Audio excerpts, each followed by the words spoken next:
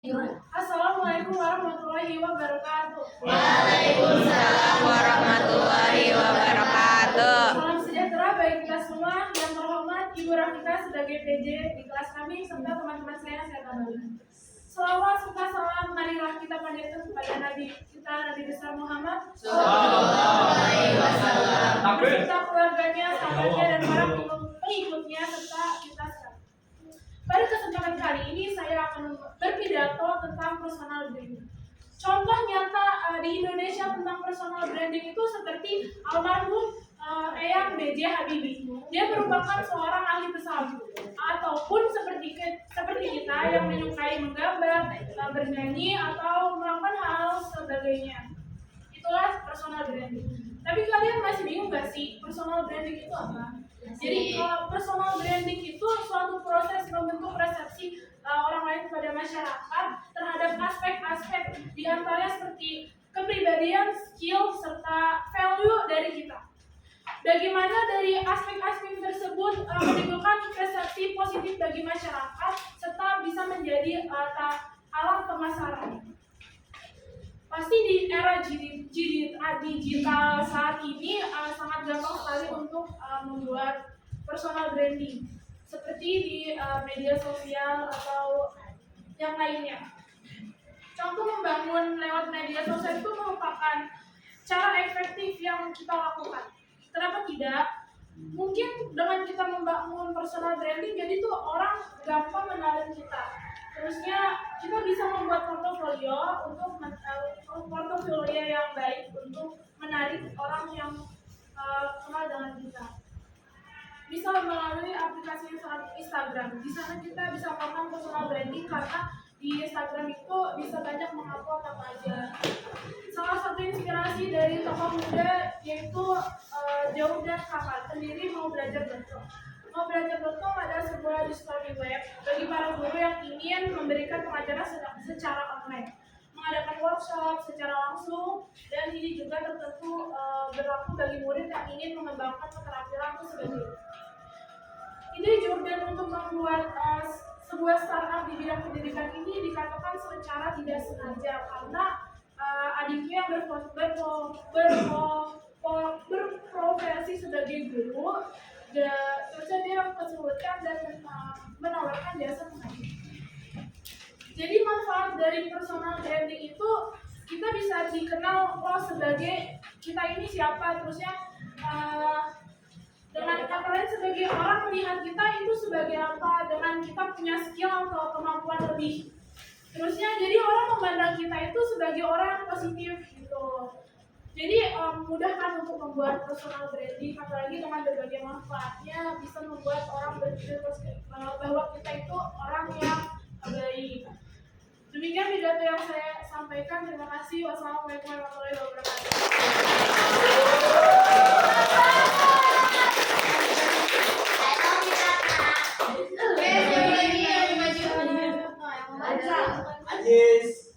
Ayo silakan langsung maju.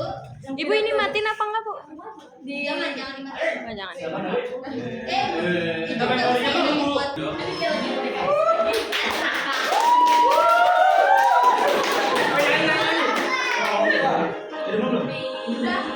Adalah kita menaklukkan dunia berlarilah tanpa lelah sampai engkau meraihnya.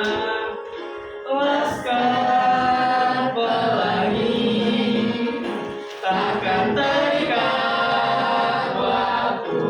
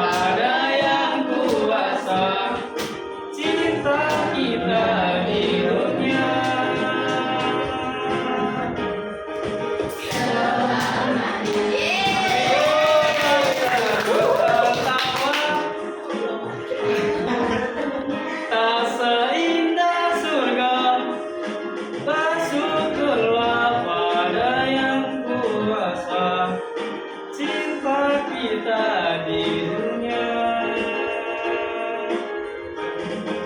selamanya.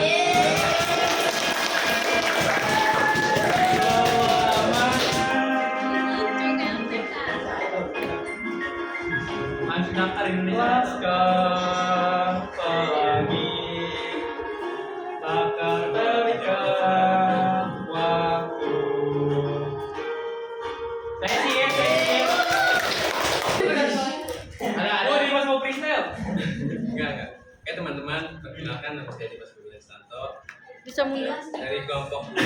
Saya di sini ingin mengenalkan pada kalian tentang fitness atau dunia perjiman. Kalian apa sih yang kalian tahu tentang fitness itu? Olahraga. Apa olahraga? Olahraga apa? Kan banyak. Ya, kardio, terus angkat beban, yoga. Di sini saya lebih mengkhususkan ke angkat beban. Oke, angkat beban itu olahraga yang paling efektif untuk kita menurunkan berat badan, karena angkat beban itu membakar kalorinya 24 jam dibandingkan olahraga lainnya. Seperti ini saya contohkan ya. Misal kita mau melatih dada, bahu, ya. Ini tuh yang itu. Jangan Ini yang buka. Yang ini. maaf ya. Angkat aja. Mau tips? Ini mau diangkat dua-duanya. Enggak, Bu. Oke, jika kalian ingin melatih otot dada, itu gerakan paling efektif menurut saya body weight ya, angkat beban badan sendiri. Yang paling efektif itu adalah gerakan namanya dips.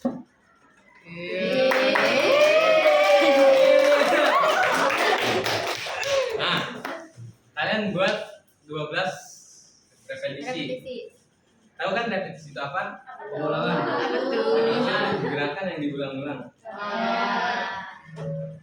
Kalian buat 12 repetisi kali 4 set. Kalau set tahu? Kita kali nih pengulangan, terus istirahat sejenak, kita ulangin lagi sampai 4 kali. Kak buat pemula berapa kali Kak? Ya. Hari ke sini. Kenapa sih disarankan itu paling maksimal untuk pemula 12 repetisi? Karena itu merupakan hypertrophy. Tahu tidak kalian? Enggak Kak. Tahu Kak. Hypertrophy itu untuk membuat massa otot. Jadi ada tiga metode ya olahraga ini di angkat beban. Ada yang namanya strength. Kalau strength itu angkat seberat-beratnya, cuma repetisinya itu sedikit, 1 sampai 3 reps. Ya, terus hypertrophy kayak tadi untuk meningkatkan massa otot nih, kita pakai reps sedang. 12 sampai 15 reps saja kali 4 set. Nah, terus yang terakhir endurance. Endurance beban kecil. Kalian banyakin repsnya, reps tinggi sampai 30 reps untuk meningkatkan ketahanan. Itu biasa atlet pemain bola atau atlet lari memakai metode itu untuk latihan. Terus apa lagi ya? Tahu Kak. Kalian ada yang mau bertanya tentang dunia gym angkat beban itu? Harganya berapa? Dumbbell. Ini namanya dumbbell ya teman-teman. Coba gimana? Kak, aku mau Kak. 100 kali nih Kak, apa nih?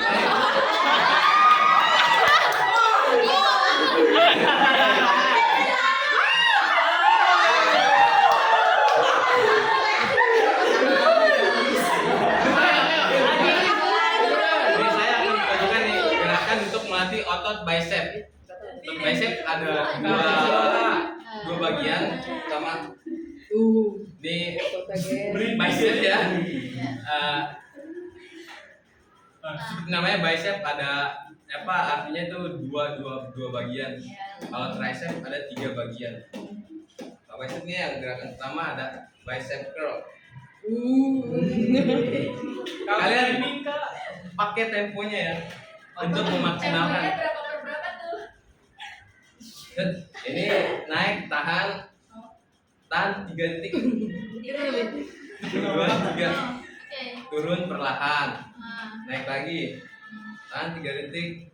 Turun. Ya kalian buat sampai 12 reps kali 4 set. Terus ada mau nanya dong, itu beratnya berapa, Pak? 10 kilo bu. Iya, Satu bagian lagi yaitu brachialis di samping Pak, saya tidak punya ya. Tahu Pak Besok. Mana?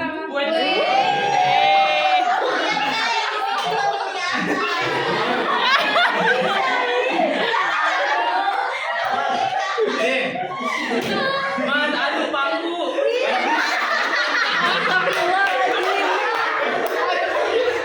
Nah itu tadi nama gerakannya hammer curl untuk melatih brachialis sama forearm untuk tangan kuat. Isinya apa? Apa? Membentuk otot, Kayla. Terus ada kan kita contoh bagian lengan saja ya. Ada di bagian atas ini ada shoulder, ada 3 bagian. Buka.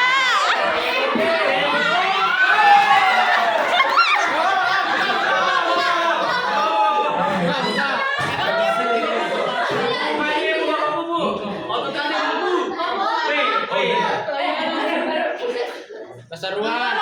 Kan dari pusat sampai ini. Kalau ini nggak apa-apa mau dibuka emang. Bukanya bu. Buka kotak enggak? Ini nih. Dimas jangan takut nih. Enggak, jangan.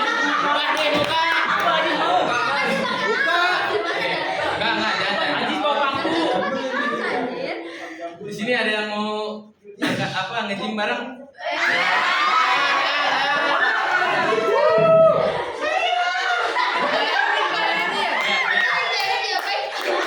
Enggak, Bu, jangan.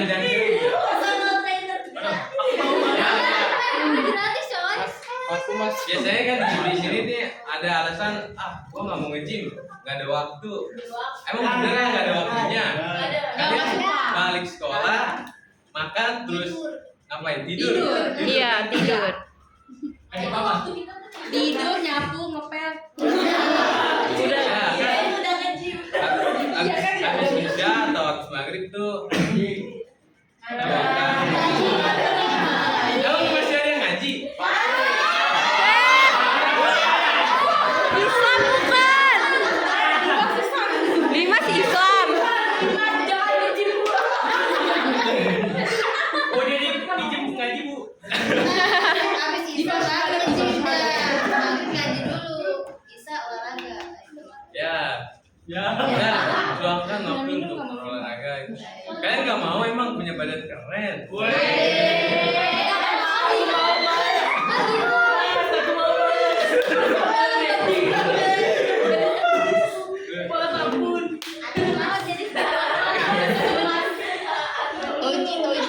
Mas, aduh tutup.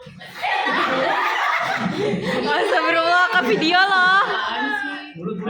Baik mas. Ini. Udah kalau sekian ya, kalau ada yang mau nge-gym bareng bisa WA aja. Ini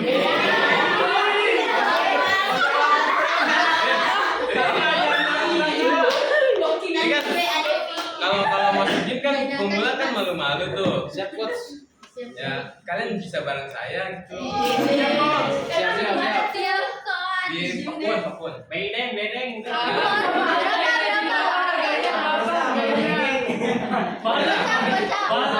Gratis ya, gratis. Iya gratis boleh. Bedeng banyak copet. Udah Bu, sekian pengenalan gym dari saya. Assalamualaikum warahmatullahi wabarakatuh. Itu meja mundurin lagi dong. Mak. Meja enggak?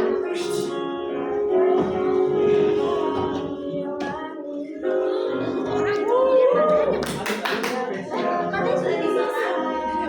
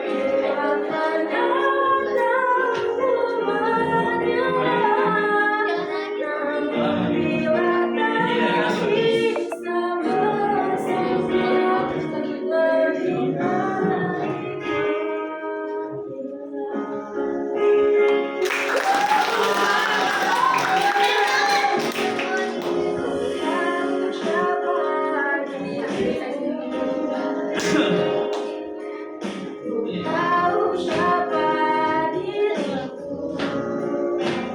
Kita yang berbeda, kau dan aku berbanding dan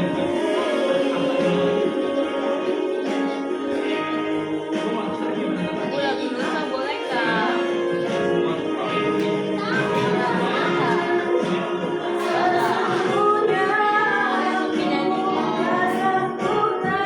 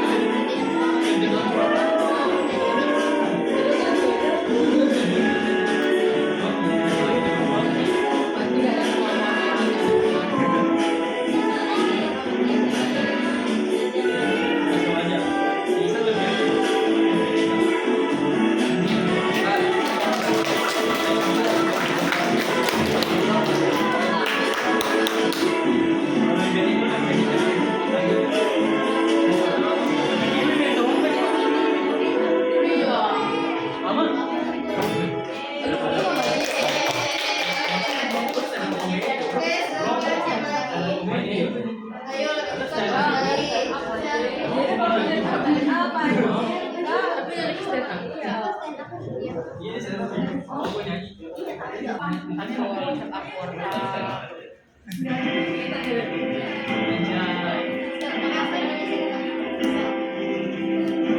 Tangan lagi dong, tengahan. Michelle, batu nih.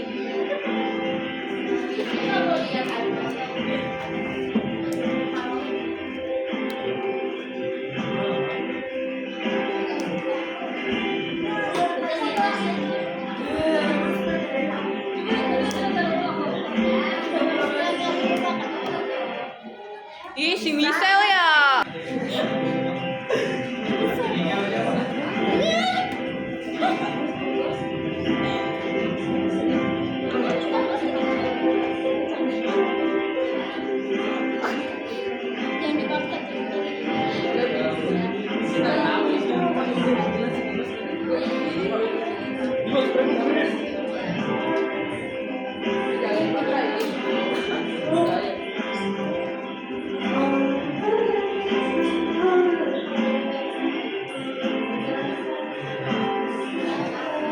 Jangan pakai ini.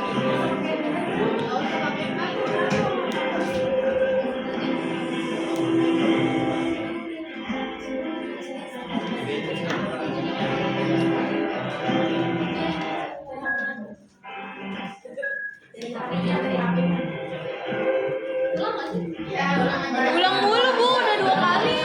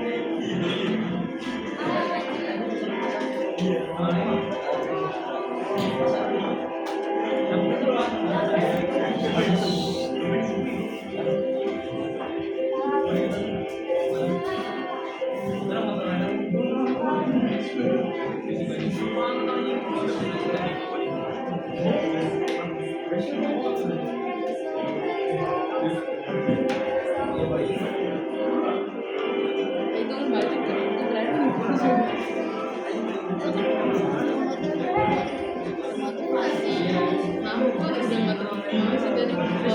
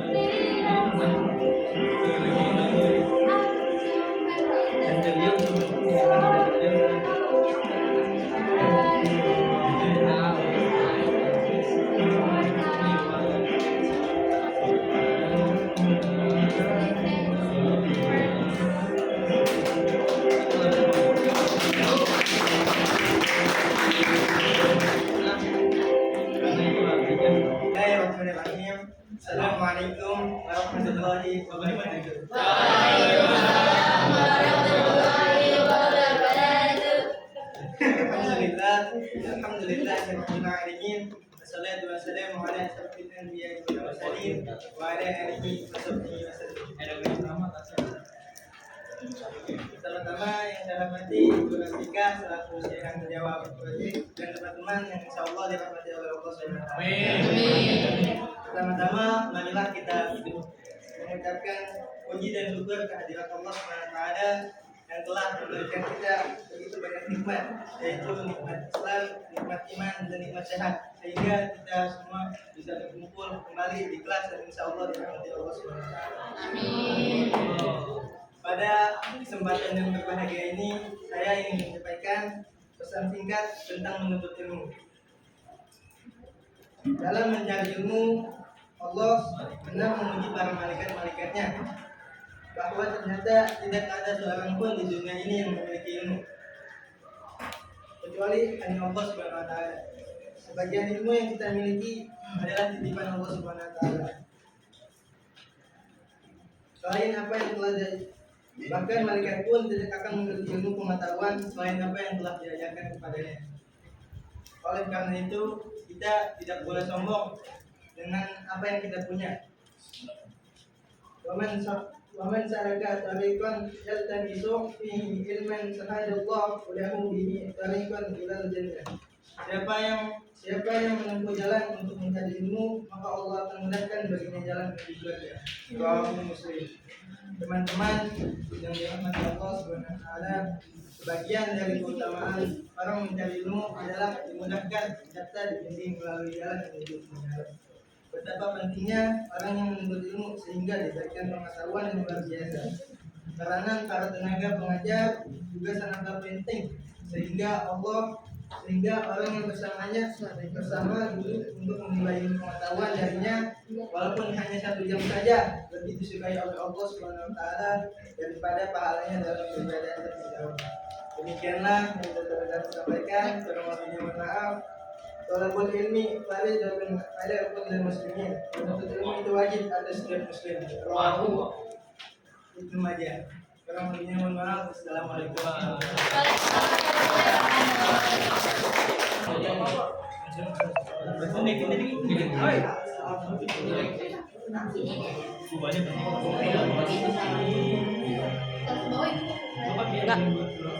Nggak kelihatan.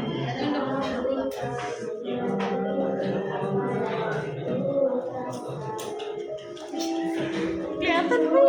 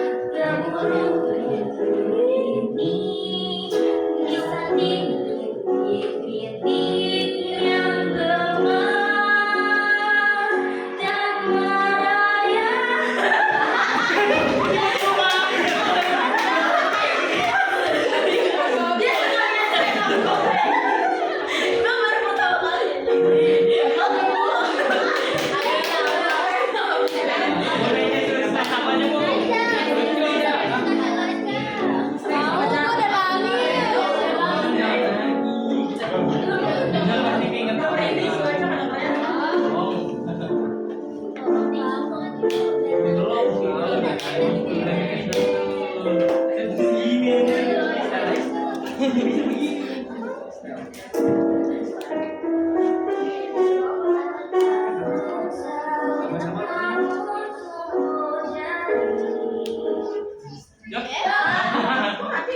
Ya ulang lagi.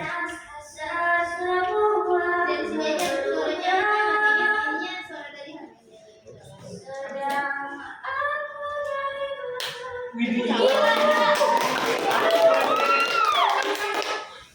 Bu saya yes bu.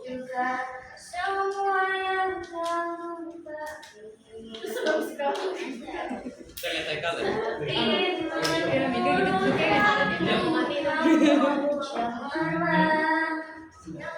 Mampu melahirkan bintang bintang. Menurutku ini juga karena hebatnya sikapmu, juga sabarmu yang nomor satu.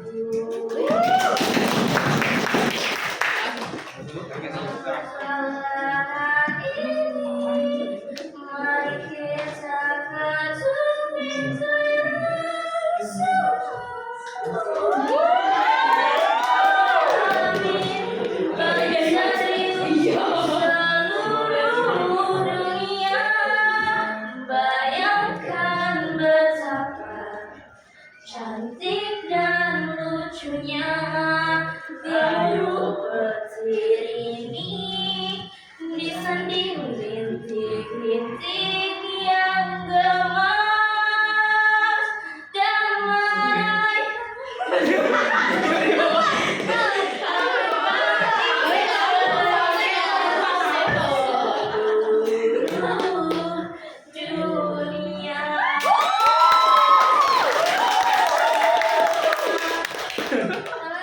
Jeng jeng.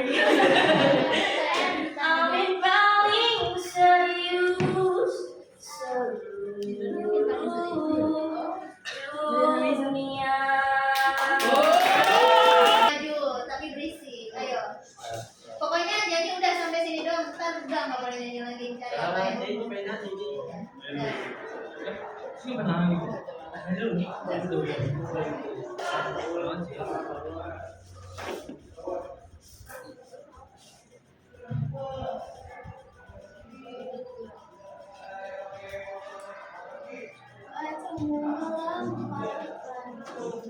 Saat pertama kali kulihatmu dan jujur ku tak pernah merasa begini. Matamu melemahkanku saat pertama kali kulihatmu dan jujur ku tak pernah merasa begini. Oh mungkin inikah cinta pandangan yang pertama, karena padamu rasa ini tak biasa. Jika benar ini cinta, mulai dari mana? Oh dari mana? Dari matamu mulai jatuh cintamu, melihat ada bayangan dari matamu dari matamu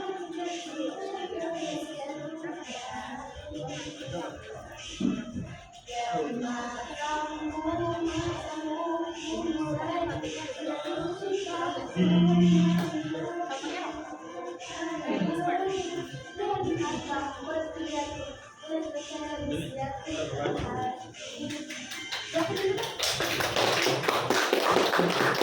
saat pertama kali kulihatmu dan jujur ku tak pernah merasa begini. Oh mungkin inikah cinta pandangan yang pertama, karena apa yang ku rasa ini tak biasa. Jika benar ini cinta, mulai dari mana? Oh dari mana? Dari matamu mulai jatuh cinta, melihat bayangan dan mata jatuh dari jatuh dari matamu ku mulai jatuh cinta, ku melihat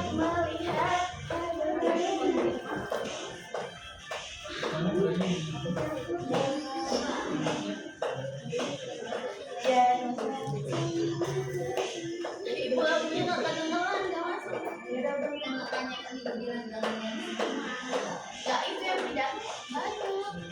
Itu tidak orang. Nyanyinya pada ngasal, nggak kedengeran soalnya.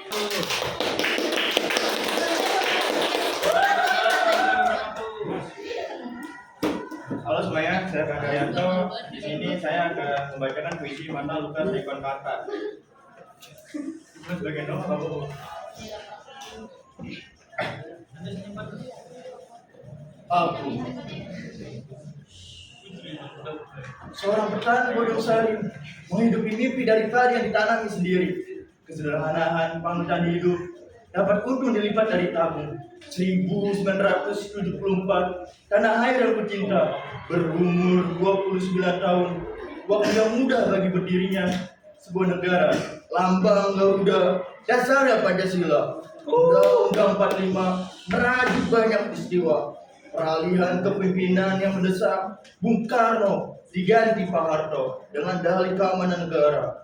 Pembantaian 6 jenderal, 1 perwira, 6 jam dalam 1 malam, mati di lubang tak berguna. Tak ada dalam perang Mahabharata, bahkan di sejarah dunia, hanya ada di sejarah Indonesia.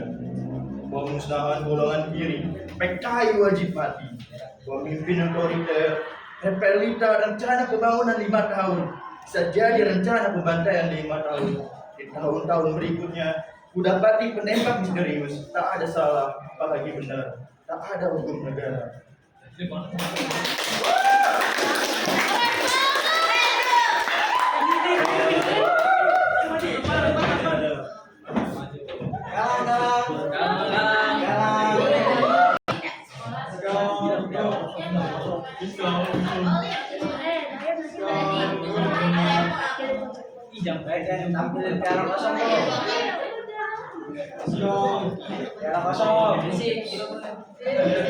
Stand up sini. Assalamualaikum warahmatullahi wabarakatuh.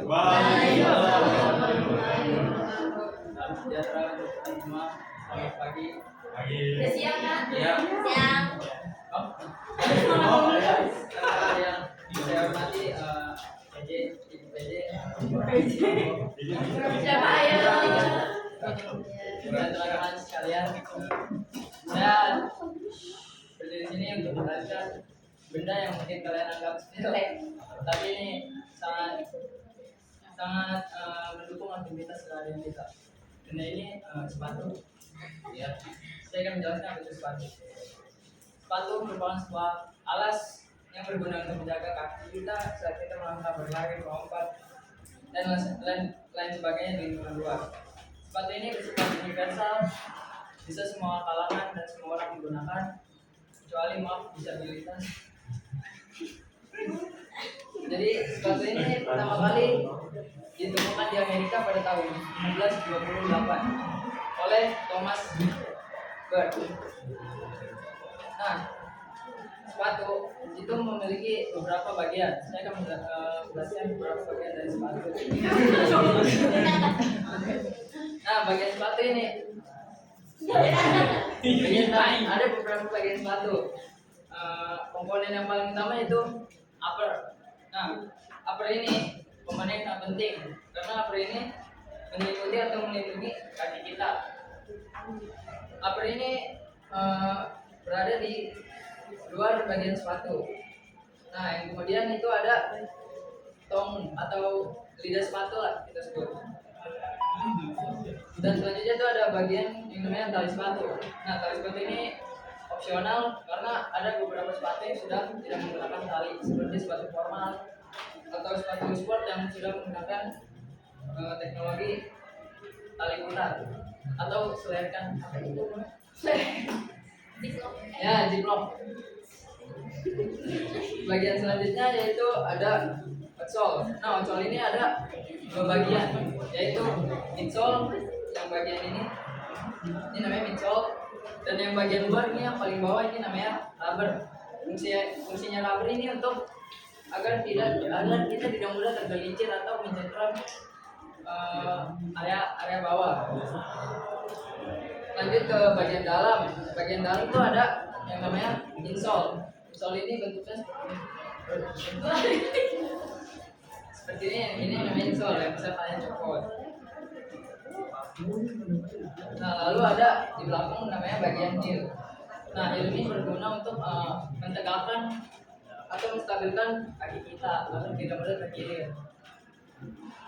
Nah, lalu saya akan menjelaskan ada beberapa tipe sepatu. Tipe sepatu itu ada banyak jenisnya, ada mulai dari sport, formal, sepatu kick atau untuk mendaki, ada sepatu casual, ada sepatu styling. Nah, sepatu ini memiliki jenisnya dan kegunaannya masing-masing di setiap medannya. Jadi kalian tidak bisa menggunakan seenak-enaknya saja. Sepatu formal kalian untuk olahraga, sepatu olahraga untuk kalian formal itu tidak bisa. Contohnya ketika kalian ingin jogging atau berlari, kalian menggunakan sepatu jogging sport. Ini contoh kesalahannya. Menggunakan sepatu formal seperti sepatu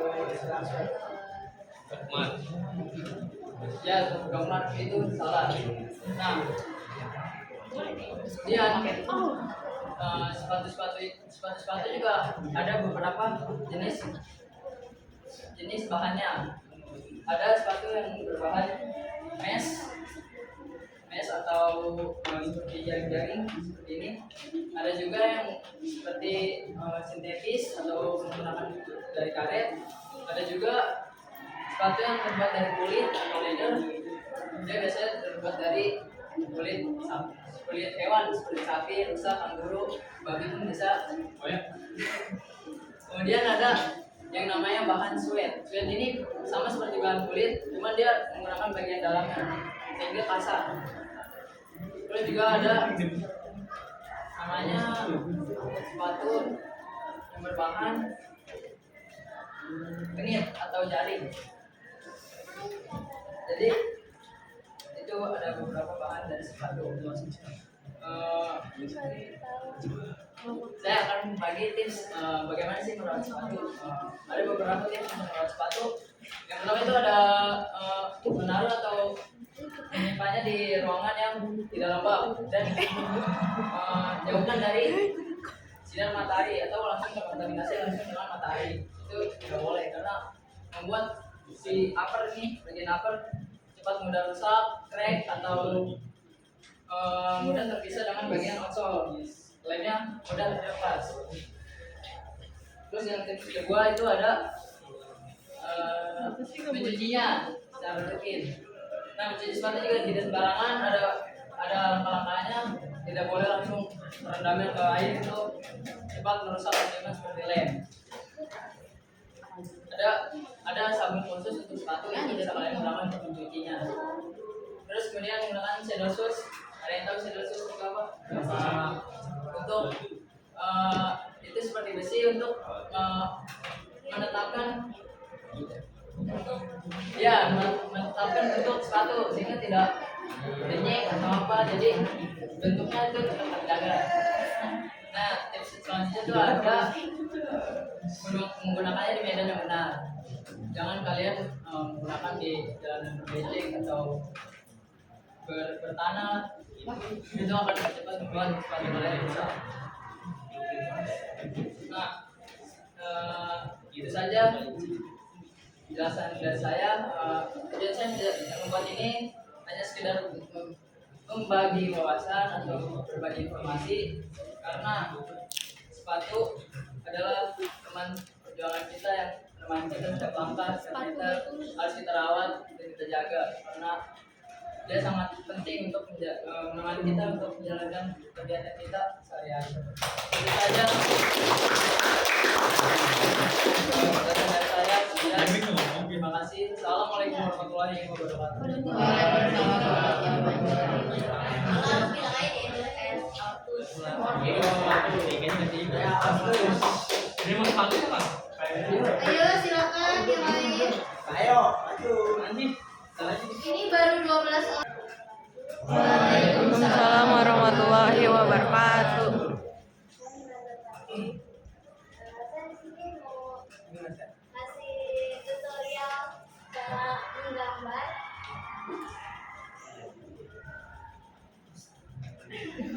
Cara menggambar. Ada gambar mata, gambar muka orang.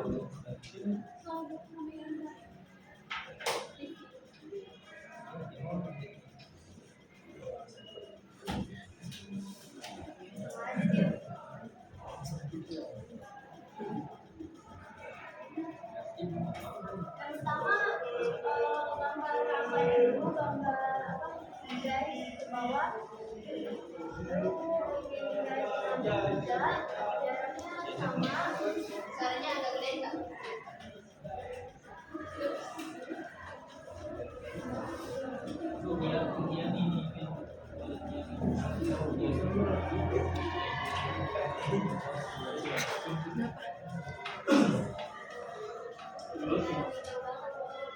Nah, jadi garis pertama ini gambar buat mata, yang ini hidung, yang ini bibir. Terus ya, gambar mata itu sama buat bulutan. Bulutannya itu harus sama besarnya, 3 orang aja.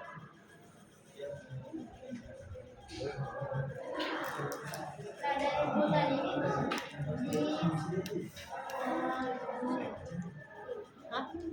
ditarik dari bawah sini, ikutin bulutan ini ke atasnya, sampai titik yang ini gitu. Bawahnya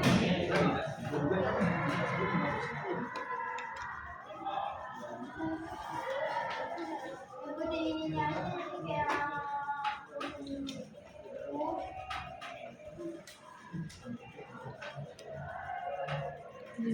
Kelihatan nggak sih?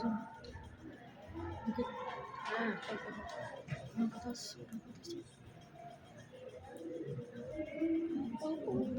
Ya. Ih, sama aja ya. Ini udah gak bisa naik lagi. Bisa. buat hidungnya gitu, kayak ini ke bawah hidungnya.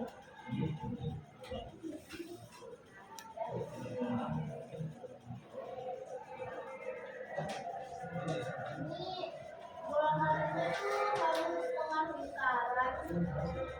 Ini lingkaran dulu, jadi yang setengahnya aja.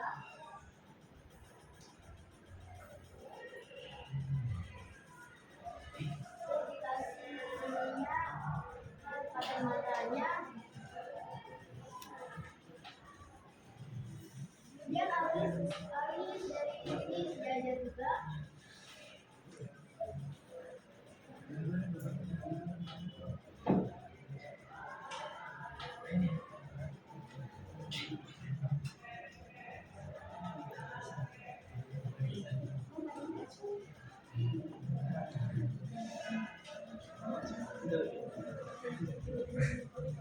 Nah, itu gambar hidung tuh dibikin dulu pokoknya jadi kayak bulan yang tengah ini tuh ini dibikin garis melengkung buat mengambil hidungnya gitu, garis bawah Potret. Ini potret kan? Itu ituin. Foto-foto.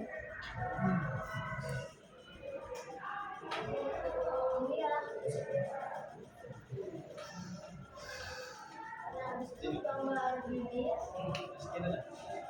Gambar bibir bisa bulat, 3 bulatan gini.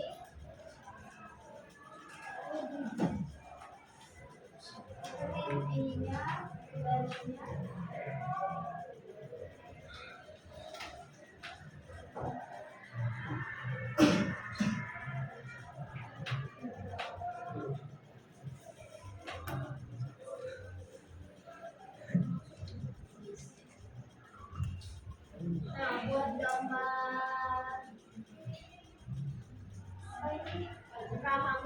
wajahnya tuh dari sini ditarik terus ke bawah. Ini gambar cowok jadinya ini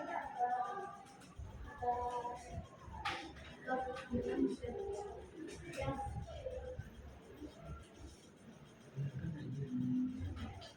di bawah itu ditarik ke bawah sini jadi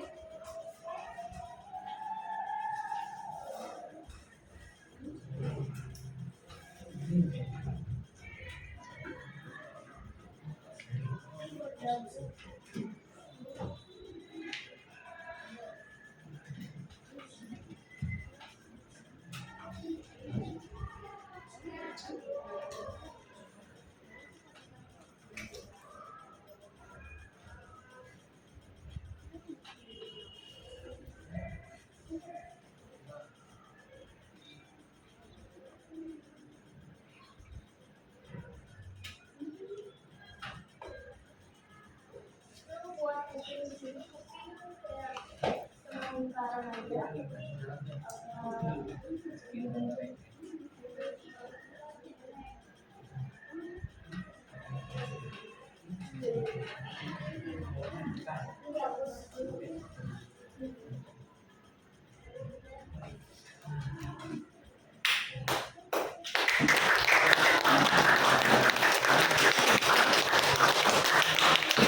Gampang banget. Lehernya kirain cowok tapi lehernya kayak mirip si ini.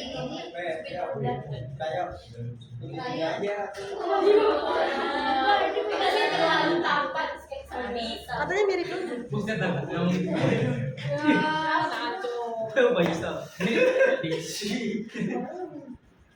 Buat rambutnya tuh diukur dari sini segini itu kan sama. Nah rambutnya tuh segini juga. Naik banget cuy. Dewi aku gendong tadi.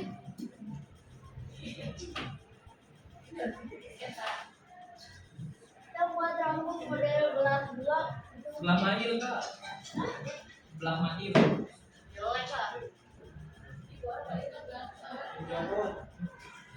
jelek lah. Mulai. Volkat. Apa gua? Gambar rambutnya tuh harus lemes gitu. Gak kaku gitu badannya. Belum nggak rata dia.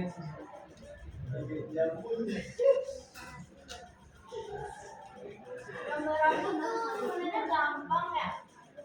Karena cuma tarik-tarik aja gitu. Garis-garis. Iya gitu doang. Gampang banget itu pasti Kevin.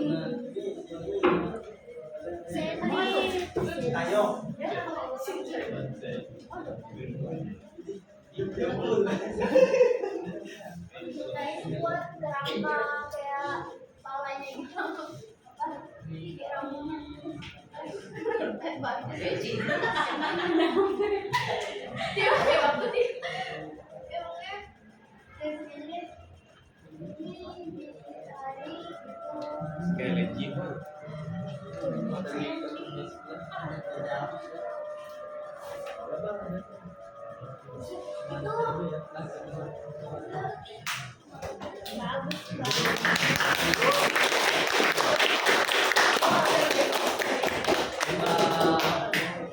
Di sini gambar di atas kak. Dia kalau kan namanya posisinya lagi.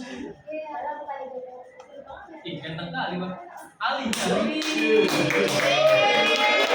Mantap banget Saksi.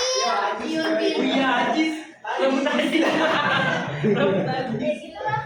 Ya udah aku tip. Nanti udah ganti.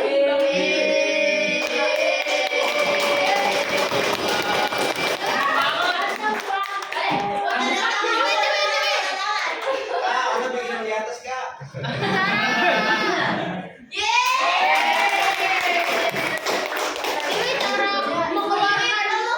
Cara mengeluarkan dia ke dunia nyata gimana? Iya. Ajis. Pelan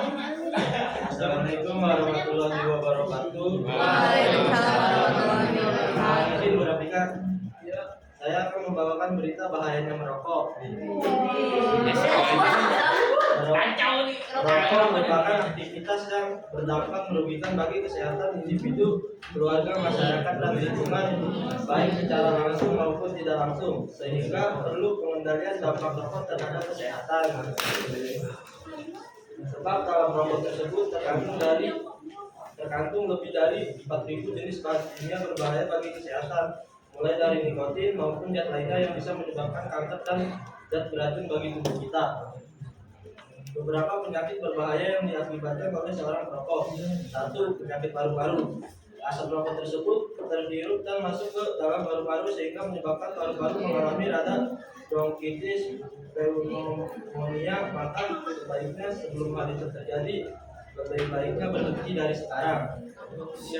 Penyakit lambung. Hal yang terlihat sepele ketika menghisap rokok adalah aktivitas otot di bawah kerongkongan semakin meningkat akibat merokok. Tips berhenti merokok dari saya: bulatkan tekad untuk berhenti merokok, tahan keinginan merokok dengan sebenarnya, berolahraga secara teratur, konsultasi dengan dokter atau tenaga kesehatan. Sekian dari saya. Assalamualaikum warahmatullahi wabarakatuh.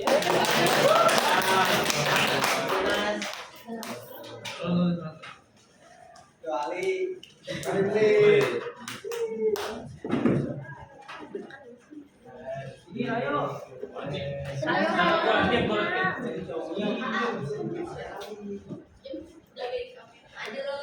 Mau maju. Ayo, Oh iya. Saya telepon kita. Doraemon. Warahmatullahi wabarakatuh. Waalaikumsalam warahmatullahi. Saya mengucapkan hormat kepada Ibu Rafika dan teman-teman sekalian. Pada kesempatan yang berbahagia ini saya ingin menyampaikan pidato tentang kenakalan remaja. Sebelum itu, mari kita ucapkan terima kasih kepada Tuhan Yang Maha Esa atas rahmat-Nya yang telah membuat kita berkumpul di sini. Kita semua tahu bahwa masa kanak-kanak adalah masa yang sangat rentan dipengaruhi oleh banyak hal, baik yang positif maupun negatif. Tetapi pengaruh negatif biasanya lebih cepat diserap oleh teman-teman kita yang jelas berdampak buruk pada kehidupan mereka di kemudian hari. Fakta di lapangan menunjukkan bahwa generasi muda terlibat dalam perilaku negatif dan perbuatan tidak terpuji. Contohnya adalah bagaimana generasi muda berperilaku, termasuk pergaulan bebas, penggunaan narkoba, dan keterlibatan dalam geng motor yang membahayakan dan senjata negatif lainnya. Sebagai generasi muda, kita harus meningkatkan kesadaran untuk selalu mengingatkan satu sama lain tentang bahaya yang disebabkan oleh perilaku negatif ini. Kita harus selalu memiliki prinsip di dalam hidup kita, harus mampu mandiri dan mampu membawa diri kita sendiri agar tidak menjadi korban zaman. Kita harus menjadi generasi yang mampu mengubah dunia untuk kebaikan bersama. Jadi kesimpulannya itu, kenakalan remaja disebabkan oleh beberapa faktor internal dan eksternal. Contohnya pergaulan, lingkungan, keluarga, dan diri sendiri yang membawa pengaruh buruk terhadap remaja akan menimbulkan dampak negatif. Mungkin itu saja yang saya sampaikan. Apabila ada kata-kata yang kurang, mohon maaf. Wassalamualaikum warahmatullahi wabarakatuh. Assalamualaikum warahmatullahi wabarakatuh. Waalaikumsalam warahmatullahi wabarakatuh. Perkenalkan, nama saya April Putri. Pada kesempatan kali ini saya akan menyampaikan pidato singkat yang saya buat untuk yang terhormat Ibu Rafika, penanggung jawab proyek ini, dan teman-teman yang saya banggakan. Dan tidak lupa juga, marilah kita panjatkan puji dan syukur kehadiran Allah Subhanahu wa Ta'ala atas nikmat dan hidayahnya, sehingga kita semua senantiasa dalam keadaan sehat dan bahagia. Para hadirin sekalian, pada kesempatan kali ini saya akan menyampaikan pidato singkat tentang perubahan untuk masa depan. Tema perubahan untuk masa depan adalah topik yang sangat penting untuk semua orang. Perubahan dimulai dari membuat pilihan dan tindakan yang menciptakan gaya hidup yang lebih baik dan sehat. Perubahan yang dimaksud yaitu membuat tindakan yang konsisten yang menciptakan perbedaan secara signifikan dari waktu ke waktu. Hal ini dapat berupa mengimprove diri dari makan makanan yang sehat dan mengambil waktu untuk merawat diri. Perlu diingat, perubahan bukanlah tentang mencapai standar kecantikan saja, namun tentang melibatkan memiliki rasa, tujuan, dan arah dalam hidup untuk mencapai potensi penuh diri kita agar tercapai keberhasilan tertentu dan kehidupan yang lebih memuaskan. Terakhir, perubahan untuk masa depan bukanlah menjadi seorang perfeksionis yang tidak pernah membuat kesalahan, tetapi hal ini melibatkan tentang memiliki ketahanan dan keberanian untuk terus maju dan belajar dari kesalahan. Dengan demikian, seseorang dapat mencapai potensi diri mereka secara penuh untuk kehidupan yang lebih baik lagi. Mengeluh hanya akan membuat hidup semakin tertekan, tapi bersyukur akan senantiasa membawa kita dalam kemudahan. Sekian pidato yang dapat saya sampaikan. Mohon maaf apabila ada kesalahan kata. Terima kasih atas perhatiannya. Akhir kata saya ucapkan wassalamualaikum warahmatullahi wabarakatuh. Assalamualaikum warahmatullahi wabarakatuh. Perkenalkan, saya Said Ramadan, sebelumnya mau bikin perhatikan selaku dari teman sekalian. Saya di sini ingin membacakan puisi yang berjudul Biarkan Jiwaku Tenang.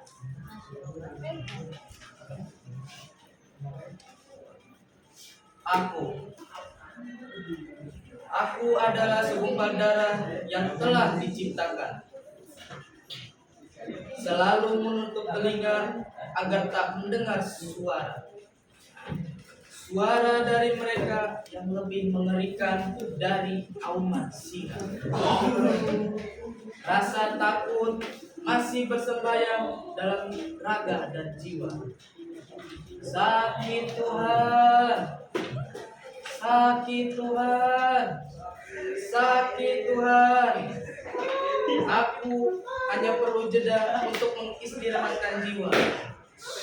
Namun aku selalu bahwasanya bumi tetap berputar meski hidupku hancur berantakan.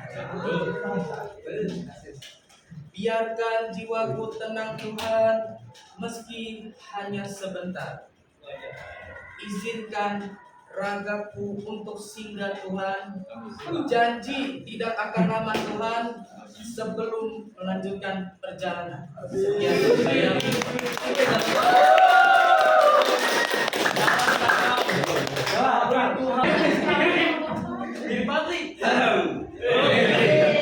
Assalamualaikum warahmatullahi wabarakatuh. Yang saya hormati Guru Sabir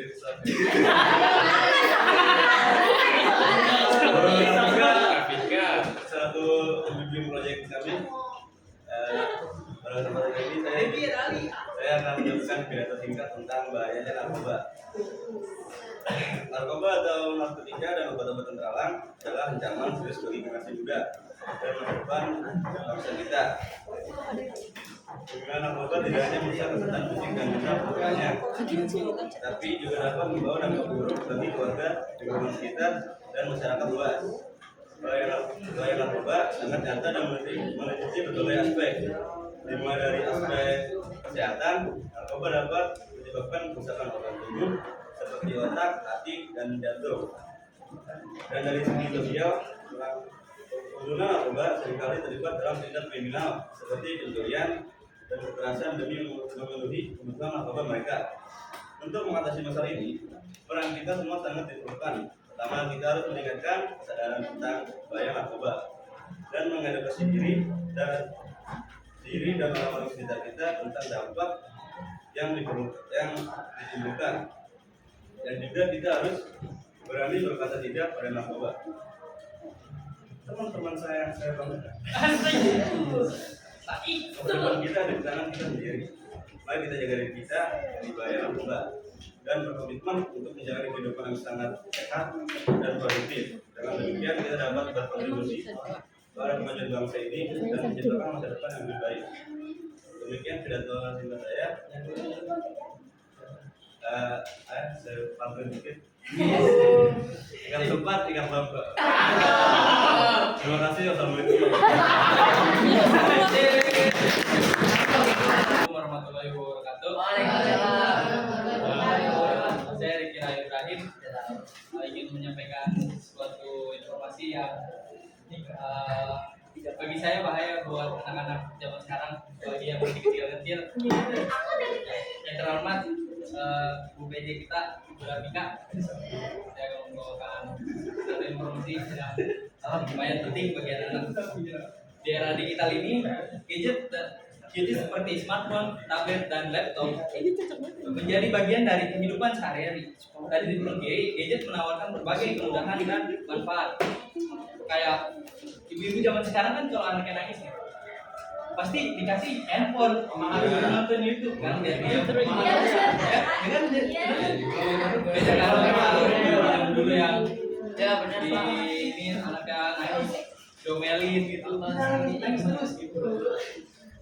Terus juga gadget ini sangat bermanfaat buat akses informasi, komunikasi, hingga hiburan. Namun di balik segala manfaatnya, gadget ini juga menyimpan bahaya yang serius, terutama bagi anak-anak. Yang pertama, penggunaan gadget berlebihan dapat berdampak negatif bagi kesehatan anak-anak, seperti gejala itu seperti mata kering, mata menjadi minus, juga